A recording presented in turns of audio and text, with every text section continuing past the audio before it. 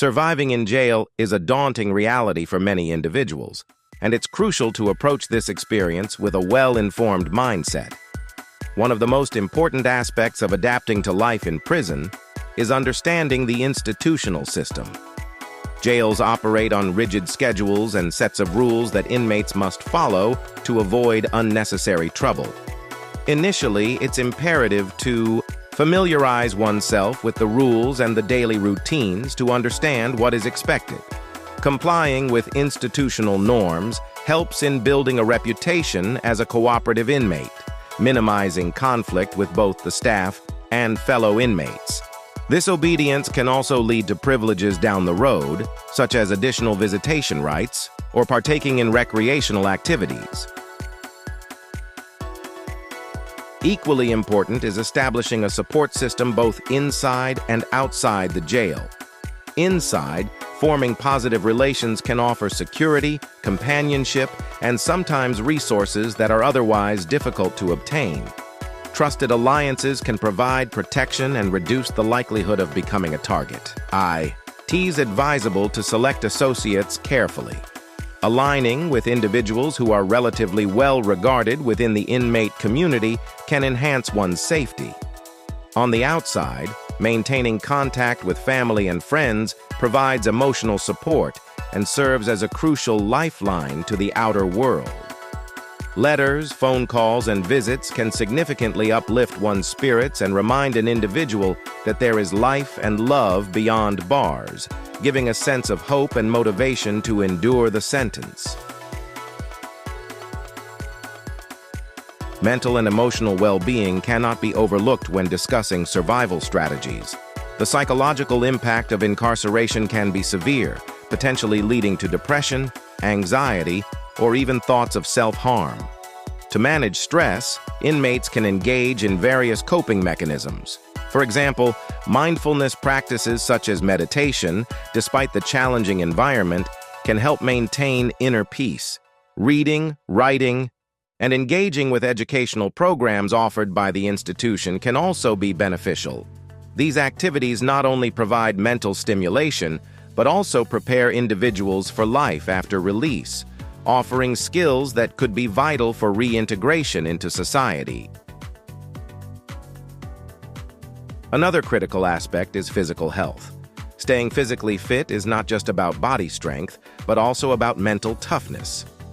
Exercise can improve overall well-being and serve as a stress reliever. Many jails offer some form of recreational or exercise programs.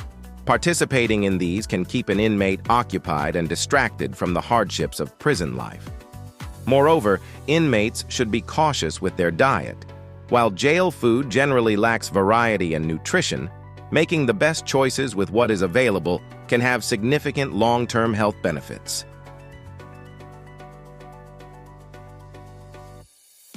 Conflict resolution skills are equally essential within the lifeblood of jail culture. Disagreements are almost inevitable due to the crowded and often stressful environment. Knowing how to de-escalate situations can be a lifesaver. Communication should be respectful and cautious, avoiding unnecessary provocations or confrontations. Recognizing personal boundaries and respecting others' space is vital. Physical altercations should be avoided at all costs, as they not only pose immediate danger, but can also lead to solitary confinement or extended sentences. Financial stability within the jail can also contribute to overall survival. While it might seem paradoxical to speak of money in a world that operates so differently from the free world, many institutions have an internal economy where goods and services can be traded. Jobs within the jail, whether it be in the kitchen, cleaning, or other facilities, are often available. Managing one's earnings from these roles or from financial support from families can allow an inmate to purchase necessary items from the commissary, providing some comfort and normalcy. However, it's also critical to avoid any involvement in illicit trading or gambling, as it can lead to dangerous conflicts and additional legal issues.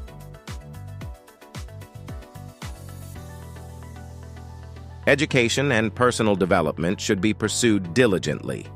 Many prisons offer educational programs aimed at gaining high school diplomas, vocational training, or even college degrees. Engaging in these programs can be transformative, yielding new skills and knowledge that offer a sense of achievement and purpose. Additionally, religious services or spiritually oriented groups can provide moral support and a sense of community. Whether through structured classes or self-directed learning, keeping the mind active can have a profound impact on one's well-being and future prospects. Legal awareness is another key aspect of surviving jail. Inmates must have a basic understanding of their rights and institutional procedures. Knowing how to file grievances or complaints according to jail protocol can be essential if an issue arises. Many jails offer access to a legal library or legal aid services. Utilizing these resources can provide a sense of empowerment and help in navigating the often complicated judicial system. This is especially crucial for those aspiring to appeal their sentences or tackle legal battles regarding incarceration conditions.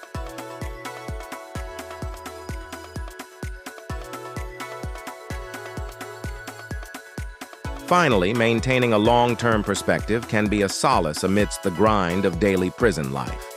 Acknowledge the temporary nature of incarceration and keep eyes on the future. Setting personal goals, no matter how small or large, gives a sense of direction. Regular self-reflection can also be beneficial, providing motivation and a semblance of control over one's life. Post-release plans should be formulated with meticulous care. From finding employment to reconnecting with family to avoid the pitfalls that can lead to reincarceration. The journey through prison can be arduous, but with careful planning and a resilient mindset, surviving jail becomes less of a nightmare and more of a profound life lesson.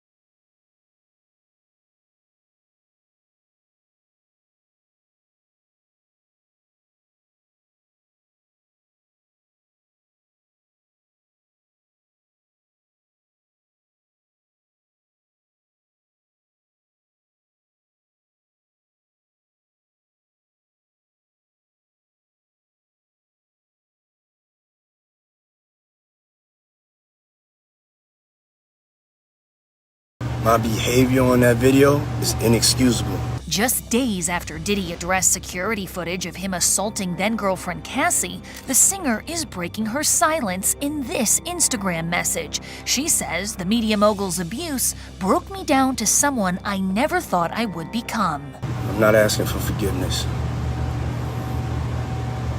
I'm truly sorry. The video is graphic and disturbing. CNN obtained the surveillance footage from 2016. Diddy is seen striking, kicking, and dragging Cassie. Now, 8 years later, the Me and You singer tells fans, with a lot of hard work, I am better today, but I will always be recovering from my past. I was up. I hit rock bottom. But I make no excuses. The embattled rapper sharing his reaction over the weekend, as Cassie was getting support from created a place for my younger self to settle and feel safe now. But this is only the beginning.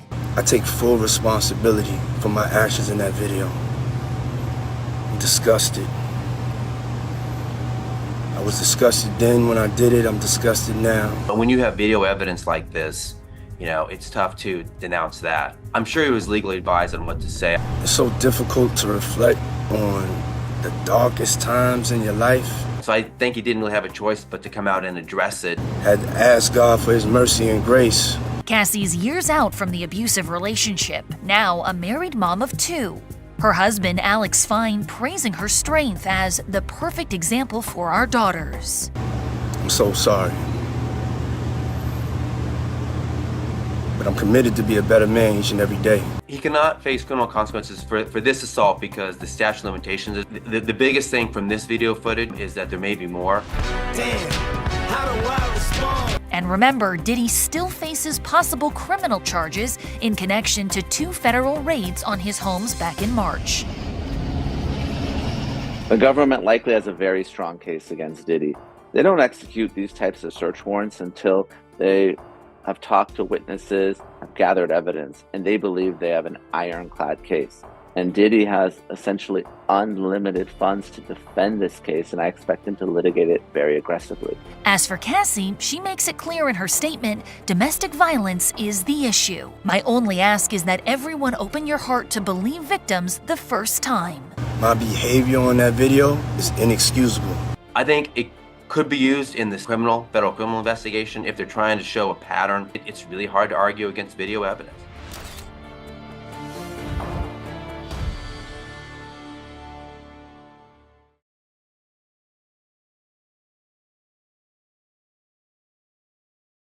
Now to Sean Diddy Combs' investigation. New surveillance video shows Combs being taken into custody in a Manhattan hotel last week. Our senior investigative correspondent, Aaron Kotursky, is at the scene of his arrest. Good morning, Aaron. Good morning to you, Robin. This is the hotel where Sean Combs was arrested a week ago. You can now see how that arrest went down. This morning, watch how federal agents took Sean Diddy Combs into custody. He's seen in this video entering the Park Hyatt Hotel in Midtown Manhattan with others when agents from Homeland Security Investigations approach and separate him. They place Combs under arrest and lead him out the front door in handcuffs. His lawyer said Combs had come to New York 2 weeks earlier with the intention of turning himself in. He did not expect the agents to be waiting at his hotel last Monday night. Why doesn't the government want him to turn himself in? Because then they can't ask for detention. So they go and they arrest him. They arrest a guy who came to New York to turn himself in. 1, 2, 3. A day earlier, Combs seen out and about in New York with his family, seemingly in good spirits.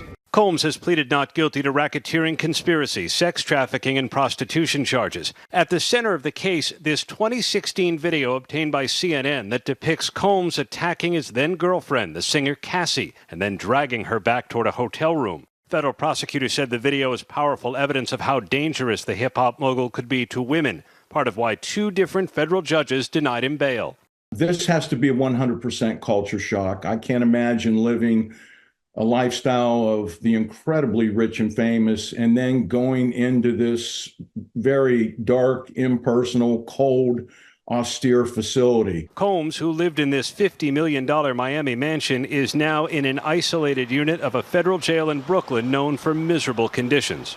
The special housing unit is a 24-hour lockdown unit, which means that any movement within that unit is controlled and coordinated, and no inmate moves outside of his cell without being in full restraints, to include leg irons, handcuffs, a belly chain, and at least 2, if not 3 staff members escorting them.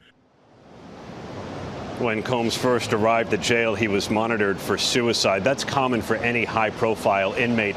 But his attorney says Combs is not suicidal. Rather, guys, he's focused on defending himself. Guys? All right, we'll see what happens going forward. Aaron, thank you.